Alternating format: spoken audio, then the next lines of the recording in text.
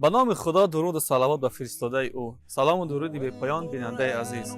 عبدالله ابن عمرو از پیغمبر خدا درود و صلوات بر او روایت میکند که پیغمبر فرموده: روزه و قرآن روز قیامت بنده را شفاعت میکنند.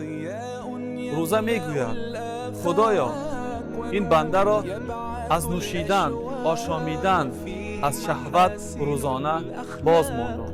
خدایا، حق شفاعت را بر من بده که این بنده را شفاعت کنم.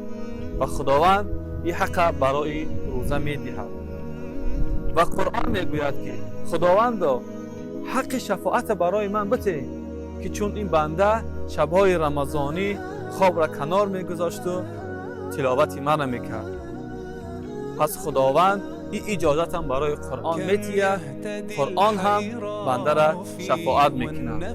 پس برادران عزیز، سعی و کوشش کنیم که با گرفتن روزه و شبانه خواندن قرآن شفاعت این هر دو را به دست بیاریم. با امیدی قبول طاعت، خدا یاری ما.